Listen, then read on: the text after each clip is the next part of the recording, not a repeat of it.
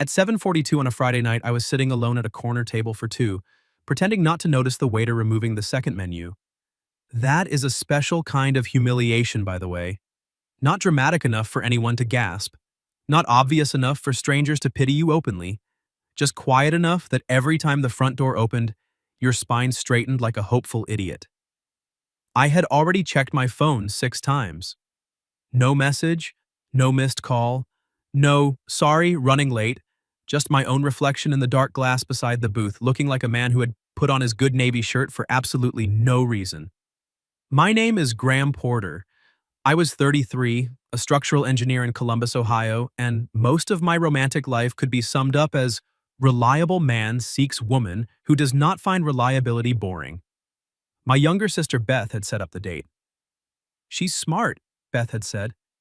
I said, that's not a personality. She's funny. That's better. She has kind eyes. That sounds like something you say about a rescue dog. Beth threw a dish towel at me and said, just go, Graham. Her name is Audrey. Don't overthink it. Overthinking, unfortunately, was one of my core skills. I did it professionally with load-bearing walls and personally with women who smiled at me too long. So there I was at Marcelli's, a cozy Italian place with amber lights, brick walls, and couples leaning across tables like the world had politely stepped outside for them. I had arrived 12 minutes early because I was raised by a mother who believed lateness was a small moral failure. I ordered sparkling water because ordering wine alone felt like surrender. Then I watched 7 couples get seated, 3 birthdays get sung to, and one man proposed near the bar while I considered faking an emergency involving my non-existent dog. At 7:45, I stood. Not dramatically. No napkin thrown down. No wounded speech to the room. Just a quiet, adult retreat. I slipped my phone into my pocket, reached for my jacket, and told myself the old familiar thing. Don't make it mean anything. Because I had made things mean too much before. My last serious girlfriend, Hannah, had once told me I was good on paper. She said it kindly, which somehow made it worse. Good job. Good manners. Good credit. Good at remembering oil changes and dentist appointments. Good on paper. Not enough in person. I had spent 2 years since then trying not to become bitter. Mostly I had succeeded. Some nights, though, sitting across from an empty chair, a man starts wondering if maybe women could sense the invisible label before they even walked in. Safe. Steady, forgettable. I was halfway out of the booth when the restaurant door opened hard enough to pull in a gust of cold March air. A woman stepped inside holding a little girl's hand. And somehow, before I knew her name, before she looked around the room, before anything made sense, I knew. It was her. Audrey. She was shorter than I expected, maybe 5'4", with dark blonde hair tucked messily behind one ear and cheeks pink from the cold. She wore a green wrap dress under a tan coat like she had dressed for a date, and then survived a small household emergency on the way there. The little girl beside her had curly brown hair, purple glasses, and a solemn expression that suggested she was not impressed with fine dining. Audrey scanned the room once, fast and nervous. Then her eyes found mine. I don't know what I expected. An apology face, maybe? Panic, embarrassment? Instead, she gave me a small, brave smile that hit me with more force than it should have. Not because she was beautiful, though she was, because she looked like someone standing at the edge of a bridge she had been told not to cross, crossing anyway. I let go of my jacket. She walked toward me with her daughter's hand in hers. I'm Graham, I said, and immediately wanted to walk into traffic. Sorry, that came out like a question. I am Graham. Her smile widened.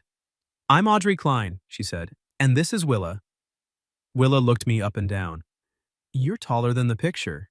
I glanced at Audrey. There was a picture? Audrey closed her eyes for 1 second.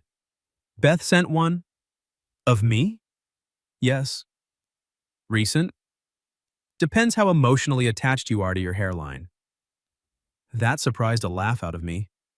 Willa tugged on Audrey's hand and whispered, with the volume control of a courtroom bailiff.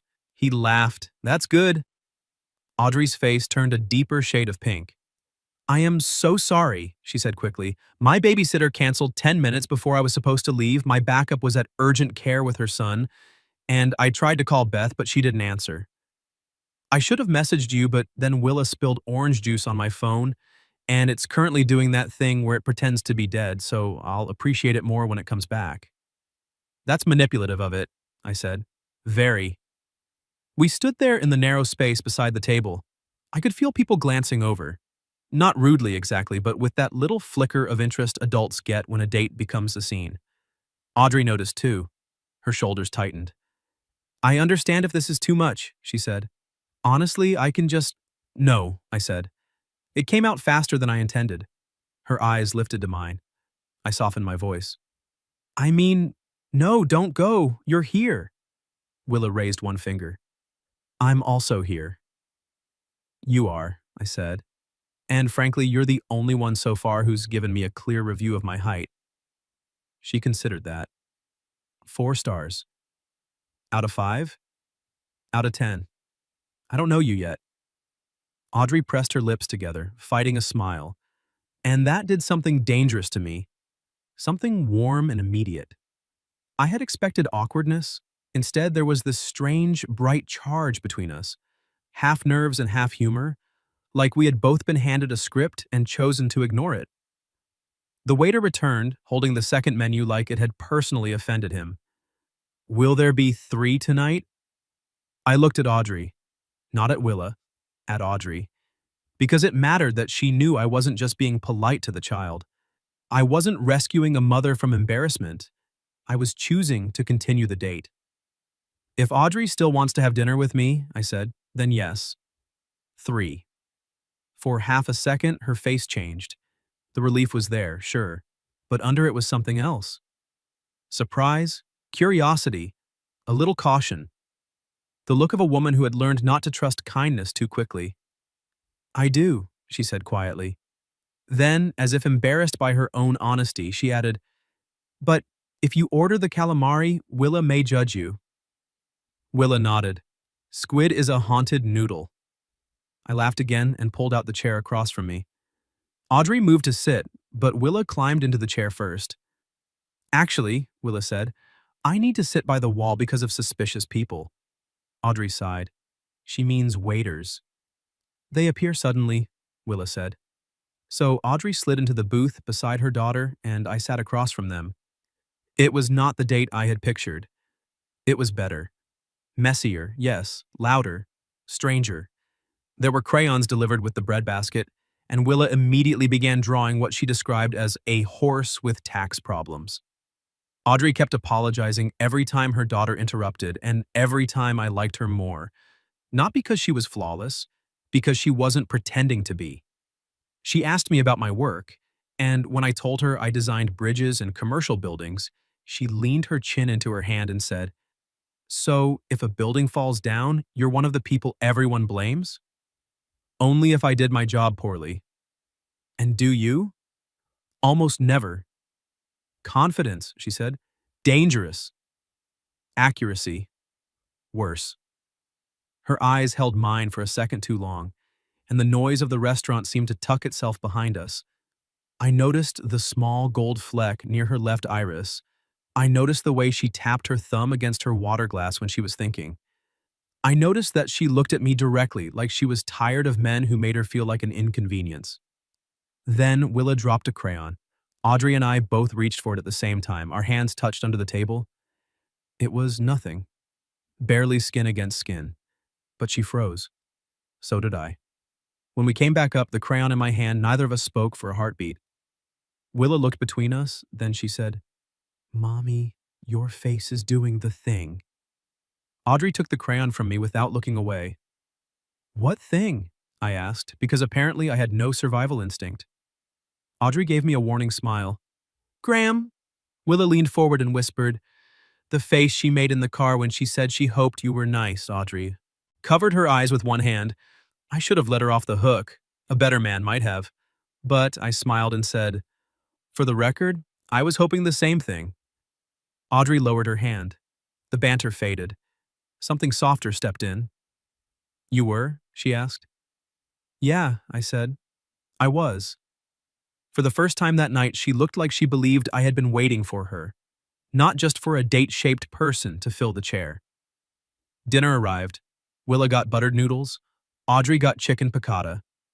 I ordered the salmon because Willa had already warned me about haunted noodles, and I was trying to stay on her good side. For 20 minutes, the night became almost easy. Audrey told me she taught third grade and had once confiscated a love note that simply said, "You smell like markers, but in a good way." I told her about the time I miscalculated a site visit and got trapped in a freight elevator with a wedding cake. Willa asked if adults were allowed to get married to people they met on accident. Audrey choked on her water, and I said, "Usually there's paperwork first." Willa nodded seriously. "Good, my mom likes paperwork." Audrey nudged her daughter gently. "I like organization. You have a drawer full of batteries and no batteries that work." "That drawer is in transition." I was smiling so much my face hurt. Then Audrey's dead phone came back to life. It buzzed once on the table. Then again. Then again. Audrey glanced down and all the color left her face. The screen lit up with a name. Derek. 3 missed calls, 1 text. I didn't mean to read it. It was just there between the bread plate and her water glass, bright as a flare. "You brought Willa with you? On a date?" Audrey snatched the phone off the table, but not before the next message appeared. "We need to talk, now." Willa stopped coloring. Audrey's smile vanished so completely it felt like someone had blown out a candle. I leaned forward, keeping my voice low. "Audrey," I said, "is everything okay?" She looked at me then, and the brave woman from the doorway was still there. But now I could see what it cost her. She swallowed. "I need to tell you something," she said, "before you decide whether you still want to be sitting at this table. There are moments in life when a man can feel 2 versions of himself arguing. One version of me wanted to say something noble and immediate, like, 'Whatever it is, it doesn't matter.'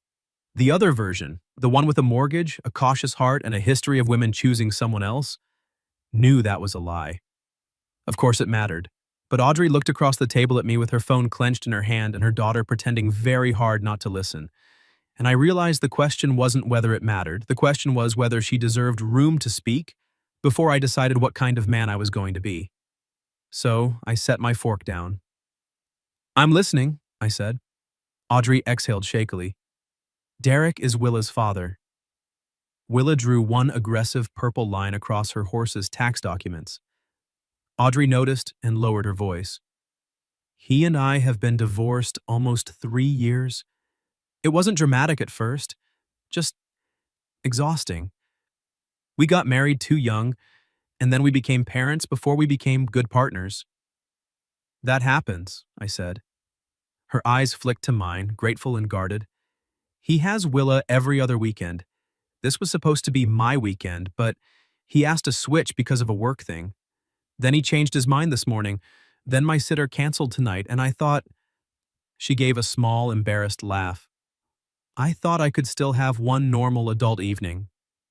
"You can," I said. She looked at me like I had offered her something impossible. "I should have told you before I came." "Maybe," I said. But Beth also neglected to tell me her funny friend with kind eyes had a child who gives brutally honest height reviews. Willa looked up.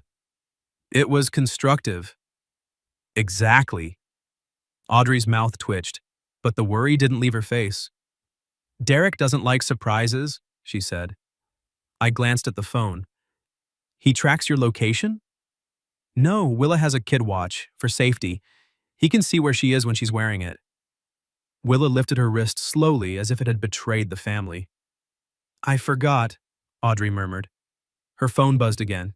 She turned it face down without reading it. That small act, more than anything, told me who she was trying to become. Not fearless, just tired of being ruled. "I don't want to drag you into something," she said. "You were expecting a blind date, not—" She gestured helplessly at the table. "This."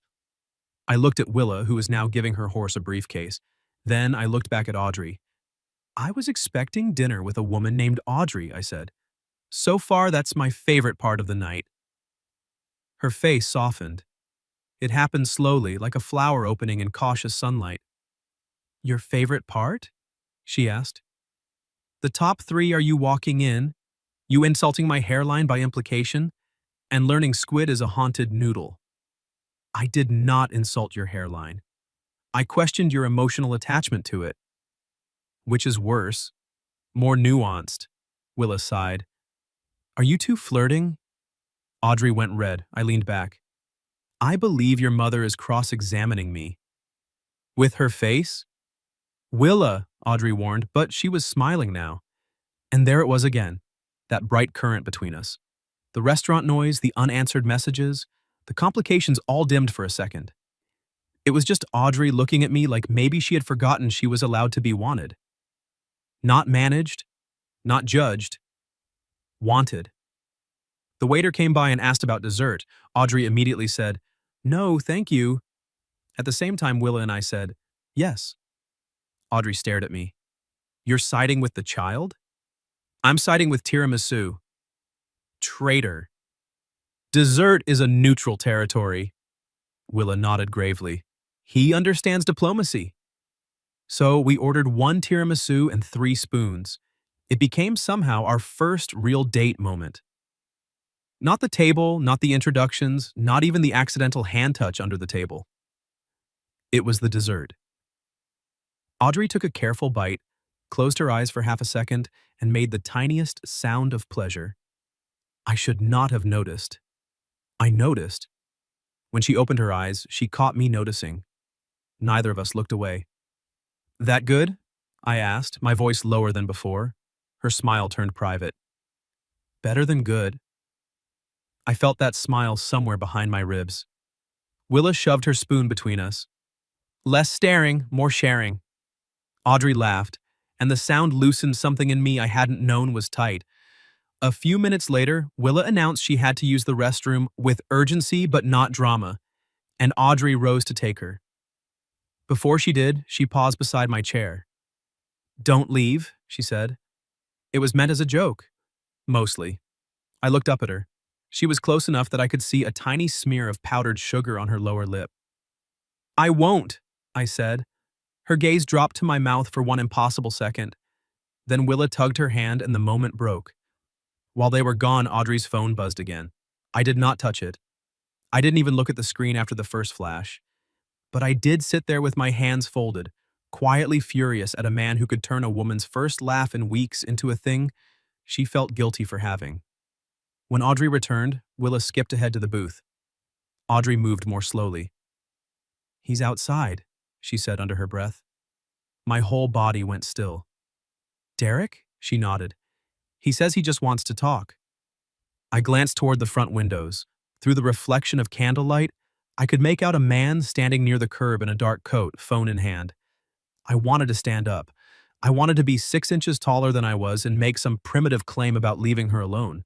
But Audrey was watching me and I understood something important. If I made this about protecting her, Derek would still be the center of the night. I didn't want him to have that.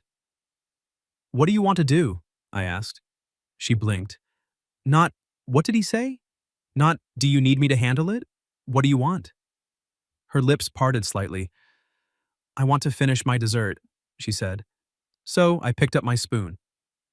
Then I'd suggest we guard it. Willa is circling. Willa, already seated, froze with a spoonful halfway to her mouth. False accusation. Audrey laughed once, startled and real. She sat down again. And for the next 10 minutes, we ate tiramisu while her ex-husband waited outside. It was ridiculous. It was defiant. It was maybe the most romantic thing I had ever done because it wasn't grand. It was simply choosing the woman in front of me over the drama, trying to pull her away. When the plate was empty, Audrey set down her spoon. I need to speak to him, she said. Briefly. Okay. But I don't want the date to end like this. She looked almost angry with herself for admitting it. I know that sounds foolish. It doesn't. It does. I showed up late with my daughter, my ex is outside, and you probably have friends with normal lives you could be texting right now. My friends are not that impressive. Graham. I smiled, but her seriousness pulled honesty out of me. I don't want it to end either, I said. The words landed between us like a hand extended.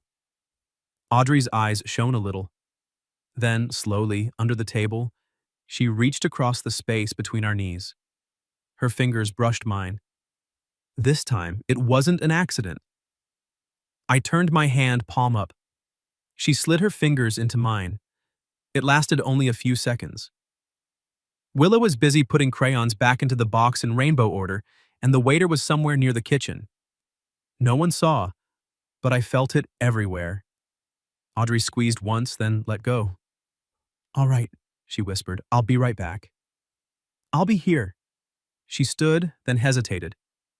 "If Willa asks you complicated questions, you're allowed to lie." Willa looked up. "I heard that." Audrey bent and kissed her daughter's hair. "I know." Then she walked toward the front door. I watched her go, not because she needed me to, but because I couldn't help it. Willa slid into the seat across from me, suddenly solemn. "My dad gets mad when Mom is happy," she said. My chest tightened. I chose my words carefully. "Your mom is allowed to be happy." Willa studied me. "Are you going to make her sad?" The question hit harder than anything Derek could have said. "I hope not," I told her. "But if I ever do, I hope I'm brave enough to say sorry." She considered that answer. Outside, Audrey stood facing Derek beneath the restaurant awning. He was talking with sharp hands. She was standing still, arms crossed over her coat, her chin lifted. Then Derek looked past her, straight at me. A second later, Audrey turned too. Our eyes met through the glass.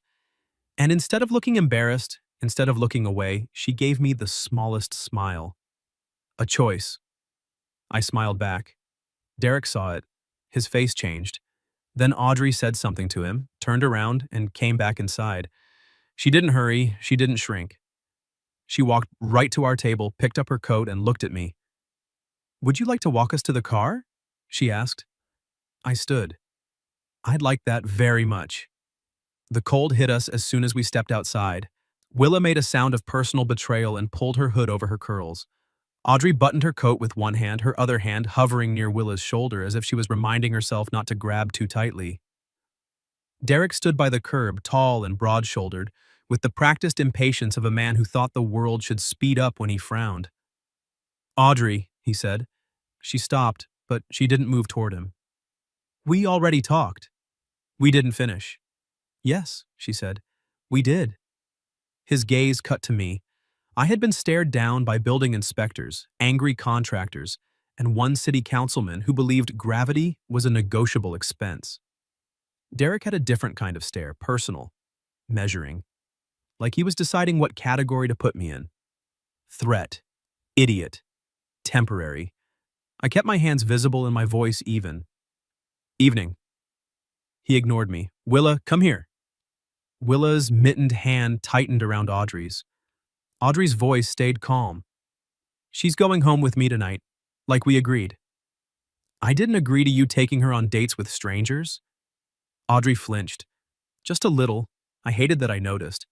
Then she did something that made me like her even more. She straightened. "Graham isn't a stranger anymore," she said.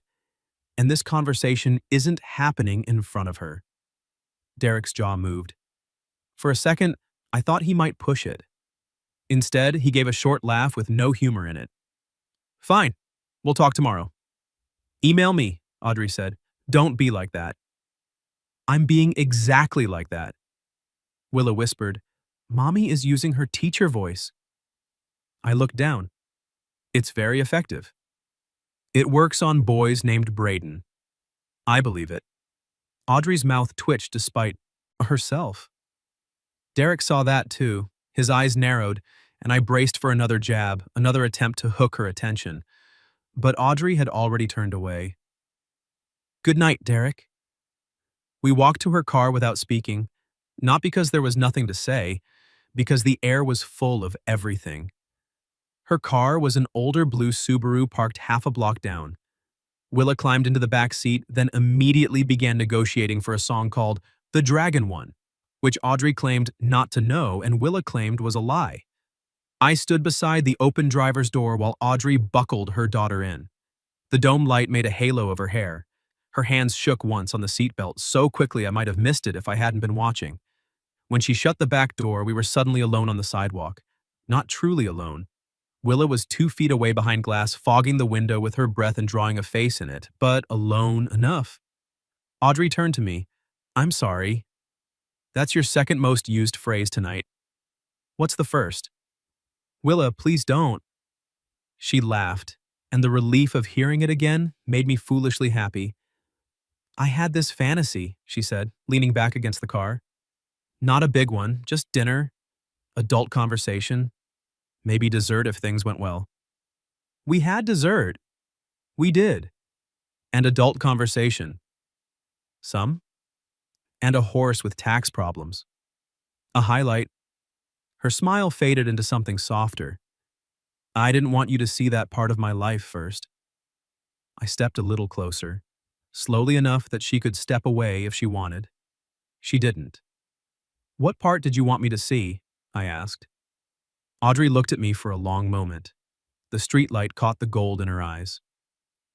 The part that still gets excited before a date, she said quietly. The part that tried on 3 dresses and called your sister twice to ask if you seemed kind or just polite. The part that almost turned around in the parking lot because I had Willa with me, and I thought, there it is. Proof I'm too much before he even meets me. My chest tightened. You're not too much. You don't know that yet. No, I admitted, but I'd like to find out properly. Her breath caught. Behind her, Willa knocked on the window and held up 6 fingers. Audrey glanced back. That either means 6 minutes or she's rating this conversation. Out of 10? Let's not ask. I smiled, then grew serious. Can I say something that might sound too honest for a first date? That depends. Are you about to confess to tax fraud? No. Then yes. I slipped my hands into my coat pockets to keep from reaching for her too soon. I thought you stood me up, I said. For about 20 minutes, I sat in there deciding I was forgettable. Her expression changed. Graham, I'm not telling you so you'll reassure me. I'm going to anyway. That made me smile. She pushed off the car, closing the small distance between us. You are not forgettable. The words were simple. Her voice wasn't. It had weight in it. Want. I looked down at her, and all the noise from Derek, the cold, the passing cars seemed to drift to the far edge of the night. No? No. Her gaze dropped to my mouth again, then returned to my eyes. Annoyingly memorable, actually. Annoyingly? You ordered tiramisu against my better judgment. You enjoyed it. I did not say I was rational. We were close now, close enough that her coat brushed mine, close enough that I could smell citrus in her hair and the faint sweetness of restaurant coffee. I lifted one hand slowly and tucked a loose strand of hair away from her cheek. Audrey went still, not scared, aware. Is this okay? I asked. Her answer was barely above a whisper. Yes. My fingers lingered for 1 second near her cheek, not quite touching skin, and then I let my hand fall. It wasn't a kiss, but it felt like a promise we were both careful enough not to spend too quickly. Audrey looked almost disappointed, which was the best thing that had happened to my ego in years. You're very restrained, she said. I'm trying to be a gentleman. Dangerous. Accuracy, I said. She laughed softly, recognizing her own word turned back on her. Then she reached out and touched the sleeve of my coat just above my wrist, a small contact. Deliberate. I want to see you again, she said. There are sentences a man hears with his whole body. That was one of them. I want that too. Even after tonight? Especially after tonight. Her fingers tightened briefly on my sleeve. Saturday morning, she said. There's a park near my house. Willa has soccer at 10, but after that there's a coffee cart. It would be chaos, not a proper date. I'm beginning to prefer your chaos. Her smile warmed in a way that made me want to earn it again and again. Careful, Graham Porter. With what? Sounding like someone I might start looking forward to. I should have said something charming. Instead, I told the truth. I hope you do. For a moment, neither of us moved. Then the back window rolled down halfway. Mom, Willa called. If you kiss him, I'm telling Aunt Junie. Audrey closed her eyes. There is no Aunt Junie. Willa shrugged. I'll find one. I laughed so hard I had to look away. Audrey covered her face with both hands. This is my life. I like your life. She lowered her hands. The words seemed to land deeper than I expected, maybe deeper than I meant, but I didn't take them back. Audrey looked at me like she was memorizing something, then she opened the driver's door. Text me when you get home. I don't have your number. Oh. She patted her pockets, then remembered her phone was in her purse. Right. Modern romance requires devices. And charged ones. Cruel. She took out her phone, ignored the waiting messages, and handed it to me with the contact screen open. I typed in my number and saved it as Graham, not forgettable. When she saw it, her smile turned helpless. Your trouble, she said. I've been called reliable. Not by me. That pleased me more than it should have. I handed back the phone. Our fingers brushed, and this time neither of us pretended it was accidental. She climbed into the car, started the engine, and rolled down the window. Good night, Graham. Good night, Audrey. Willa leaned forward from the back. Good night, 4 stars. I'm working my way up. We'll see. They pulled away from the curb. I stood there until her taillights disappeared around the corner. My phone buzzed before I reached my car. Unknown number. I opened it. Audrey, for the record, if my daughter hadn't threatened to invent an aunt, I might have kissed you. I stopped dead on the sidewalk. Then another message appeared. Audrey, don't get smug. I typed back with cold fingers and a ridiculous smile. Me, too late. Her reply came a few seconds later. Audrey, Saturday then? Me, Saturday. Audrey, and Graham? Me, yes? Audrey, I'm glad you didn't leave. I looked up at the dark street, at the restaurant lights glowing behind me, at the ordinary city moving on like my life hadn't just shifted. Me. So am I. I was still smiling when another message arrived, but it wasn't from Audrey, it was from my sister. Beth. So, how did it go? I considered telling her the truth, that my blind date had arrived late with her daughter, her ex-husband had appeared outside, dessert had become an act of rebellion, and I was already counting the hours until Saturday. Instead, I typed, me. You failed to mention the best parts. Beth responded instantly. Beth, I knew you'd like her. I glanced at Audrey's contact on my screen. Graham, not forgettable. For the first time in a long time, I believed someone might actually mean it. Saturday morning, I arrived at the park with 2 coffees, 1 hot chocolate, and the confidence of a man who had spent 20 minutes staring at a menu board like it contained state secrets. Audrey was on the soccer field, standing with the other parents, while Willa chased the ball in the wrong direction with complete conviction. Audrey wore jeans, white sneakers, and a soft blue sweater under her coat. Her hair was up in a ponytail, and the sight of her smiling into the wind did something embarrassing to my pulse. She saw me before I reached her. That mattered, not because she waved, though she did, because her face changed. It opened. Like I was not an obligation arriving, not another complication, but someone she had been hoping to see. Graham, not forgettable, she said when I stopped beside her. Audrey, phone murderer. She accepted the coffee with both hands. It was 1 orange. Juice incident. Your phone may disagree. My phone and I are in counseling. I handed her the hot chocolate. For Willa, unless she's still evaluating me and considers gifts bribery. Audrey looked down at the cup, then back at me. That's thoughtful. It's Swiss Miss from a park cart. Let's not canonize me yet. Her laugh curled through the cold air. On the field, Willa spotted me and immediately abandoned both strategy and team loyalty. 4 stars, she shouted, waving. A cluster of parents turned. Audrey winced. Congratulations, that's your name now. I've been called worse by contractors. Willa's coach redirected her with heroic patience, and Audrey and I moved a little away from the sideline near a bare maple tree, close enough to watch, far enough to talk. For a few minutes, we did exactly that.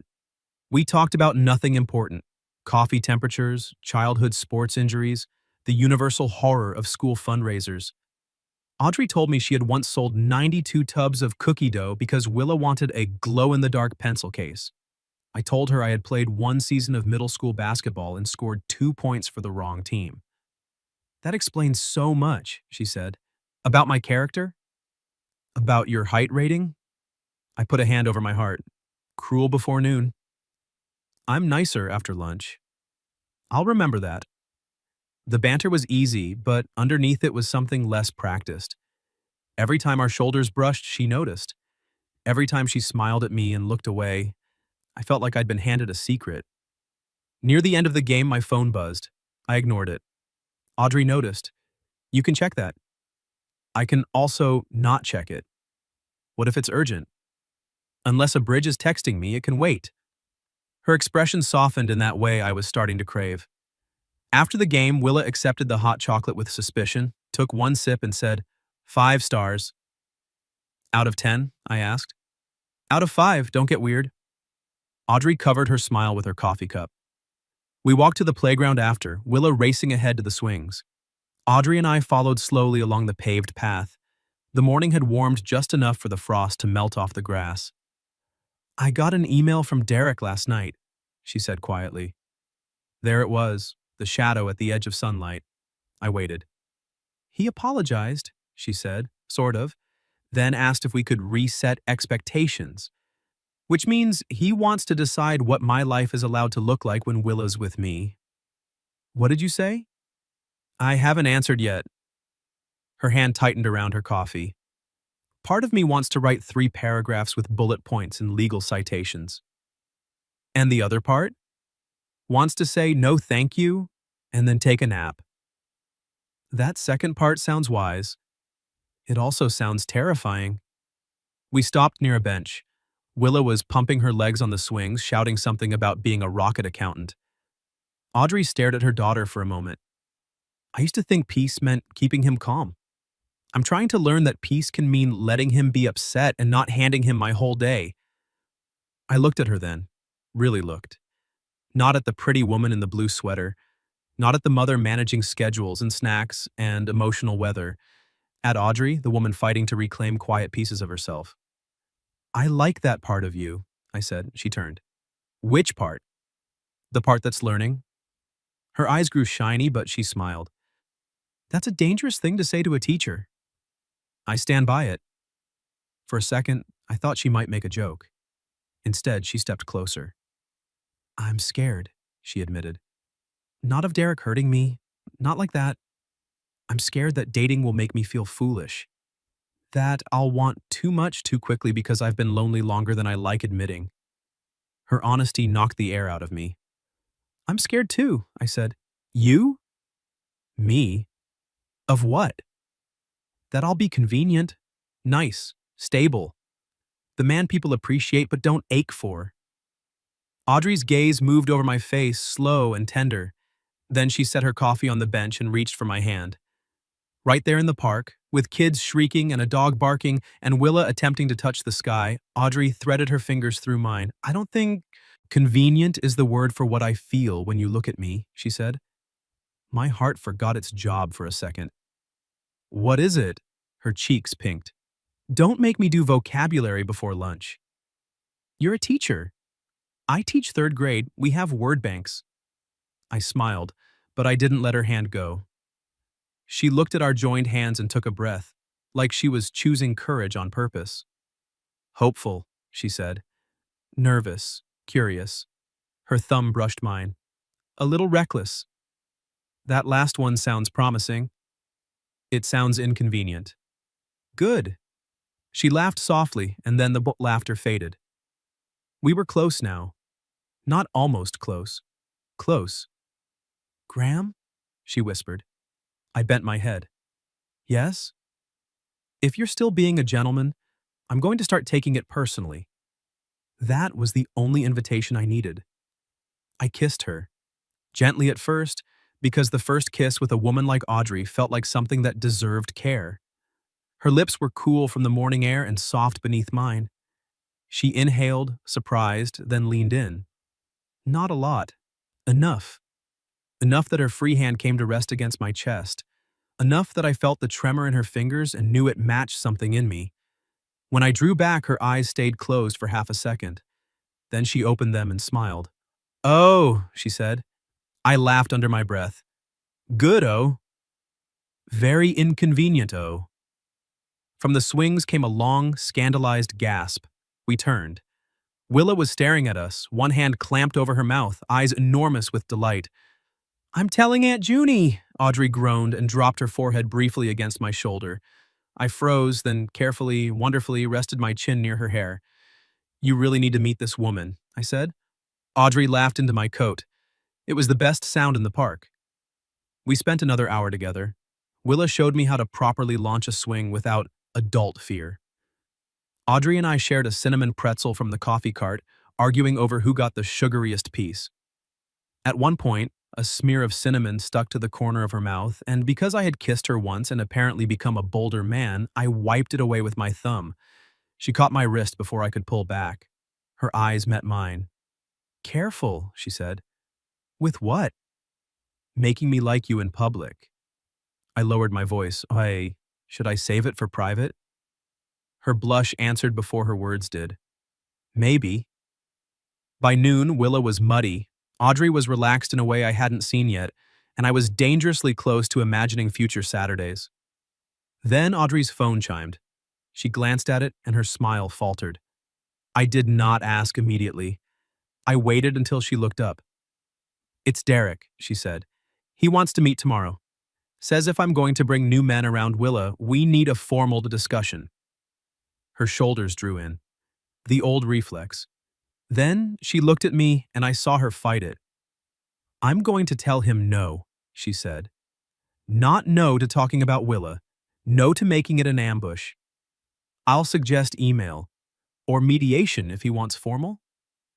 Pride rose in me, sharp and warm. "That sounds like you." She smiled faintly. "The learning part?" "My favorite part." Willa came running up then, breathless. "Can Graham come to lunch?"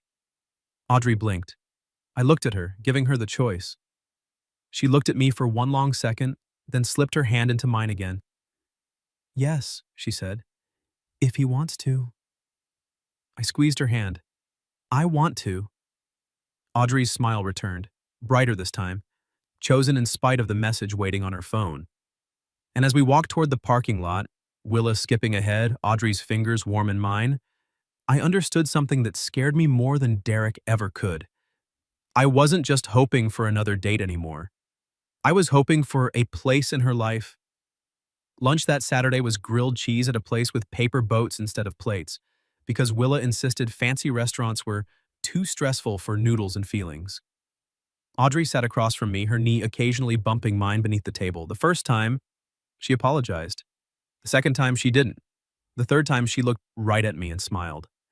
I learned that day that a woman could flirt while cutting a child's sandwich into triangles. I also learned that Audrey had a dimple in her left cheek that appeared only when she was trying not to laugh. Willa dipped her grilled cheese into ketchup, which I tried not to visibly react to. Audrey caught me, so I say, "Careful," she said. "Judgment before dessert is a red flag." "I'm being very open-minded." "You look like a man witnessing a felony." "It's cheese and ketchup?" Willa pointed a fry at me. "Don't yuck my yum, 4 stars." I lifted both hands, respectfully withdrawn. Audrey laughed, and under the table her foot touched mine. Not by accident. It became our rhythm after that. Not perfect, not simple, but ours. Derek did ask for a formal discussion, and Audrey did not meet him alone. She sent one calm email, then another, then finally suggested a co-parenting mediator when he kept trying to turn every message into a trial. I stayed out of the middle because Audrey asked me to. That was harder than I expected. I wanted to fix things. Men like me love fixing things. Give me a cracked beam, a load calculation, a foundation problem, and I could make sense of it. But Audrey didn't need me to rescue her. She needed me to respect the woman she was becoming. So I did. I sat beside her on the couch one evening while she drafted a message to Derek that said, "Willa's safety and stability matter to both of us. My personal life is not up for debate." She read it aloud, then looked at me nervously. Too sharp? I shook my head. Clear. Too cold? Clear. Too many periods? Audrey. What? You're allowed to end sentences. She stared at the laptop, then laughed so softly it nearly broke my heart. I forgot that for a while. I took her hand. I know. She leaned her head against my shoulder and we sat like that in the quiet glow of her living room, while Willis slept down the hall under a blanket covered in planets. That was the night I knew. Not when I kissed her in the park, not when she smiled at me through the restaurant window, not even when she texted that she might have kissed me. It was that night, with her hair brushing my jaw and her fingers laced through mine, when I realized love didn't always arrive like lightning. Sometimes it arrived like peace. 3 months after our first date, Willa upgraded me to 7 stars, pending review. 6 months after, Audrey gave me a drawer in her kitchen for my coffee. It's not a big deal, she said, standing barefoot by the counter in pajama pants and one of my old sweatshirts.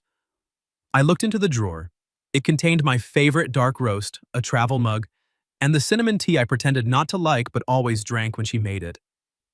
It feels like a big deal. Audrey folded her arms. It's a drawer, Graham. It's a very intimate drawer. You're ridiculous. You gave me storage. I can take it back. I stepped closer. You could. She lifted her chin. But? But I'd miss it. Her expression softened. Then she hooked one finger through my belt loop and pulled me toward her. That kiss tasted like coffee and morning and the kind of happiness I had once believed belonged to other people. Her hands slid up my chest and mine settled at her waist, and for a minute the world narrowed to the warm kitchen, the hum of the refrigerator, and Audrey smiling against my mouth. From the hallway, Willa shouted, I can hear romance! Audrey dropped her forehead against my chest. She cannot.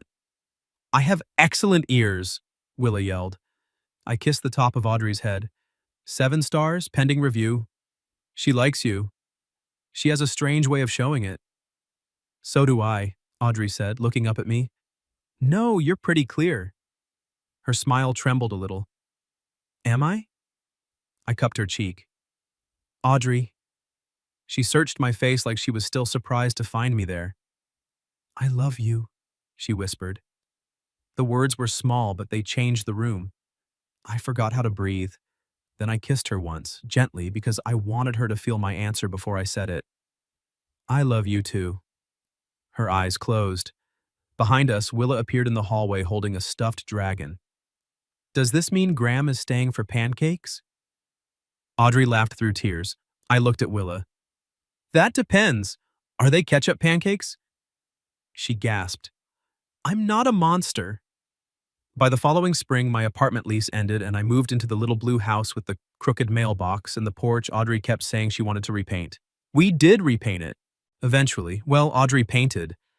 I held the ladder and got blue paint in my hair because Willa said I needed visual interest. Derek became quieter after mediation. Not gone. Not transformed into some perfect co-parent overnight. But contained. Boundaries held. Emails replaced arguments. Willa stopped watching her mother's face every time the phone chimed.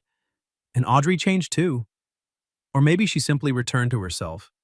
She laughed louder, bought flowers for the kitchen for no reason, started leaving her phone in the other room during dinner. Sometimes I'd catch her watching me help Willa with math homework, and there would be this look on her face I still didn't know how to deserve. 1 year after that first night, I took Audrey back to Marcelli's. Just the two of us this time. No crayons, no kid menu, no ex-husband outside. She wore the same green dress, I wore the navy shirt. The waiter did not remember us, which Audrey found offensive. We were memorable, she insisted. You were memorable. She tilted her head. And you? I smiled. Not forgettable. After dinner, I walked her outside into the soft evening air. The city lights glowed against the wet pavement. It had rained earlier and everything smelled clean. Audrey slipped her hand into mine. Do you ever think about leaving? She asked quietly. I stopped. She looked embarrassed the moment she said it. I don't mean that the way it sounded. I know. I just... She looked toward the restaurant window where a couple sat at the same corner table where I had once waited alone. Sometimes I still can't believe you stayed that first night. I turned to face her. Audrey, I didn't stay because it was easy. Her eyes met mine. I stayed because you walked in holding your daughter's hand, scared and late and trying anyway, and I thought, there she is. A woman brave enough to show up messy instead of pretending. I wanted you then. Her lips parted. I want you now, I said, not the simple version, not the convenient version. You, Willa, the blue house, the battery drawer in transition, all of it. She laughed once, tearful and bright. Then she kissed me under the awning, exactly where she had stood that first night telling Derek no. This kiss wasn't cautious. It was sure. When we pulled apart, Audrey rested her forehead against mine. Across the street, a little girl's voice shouted, Mom, Graham, hurry up! We turned. Willa stood beside Beth, who had brought her to surprise us for dessert. Willa was waving both arms, curls flying, wearing a shirt that said, Official Romance Supervisor. Audrey squeezed my hand. Still want the chaos? She asked. I looked at the woman I loved, then at the child who had once rated me 4 stars, and then at the warm restaurant light spilling onto the sidewalk behind us. I'm counting on it. We walked toward Willa together, hand in hand, and for the first time in my life, I didn't feel good on paper. I felt chosen in person. What would you have done if you thought your blind date stood you up, and then she walked in late holding her daughter's hand? Have you ever experienced anything even close to that kind of unexpected first date? Tell me your story in the comments. If you liked this one, leave a like, subscribe, and I'll see you in the next video.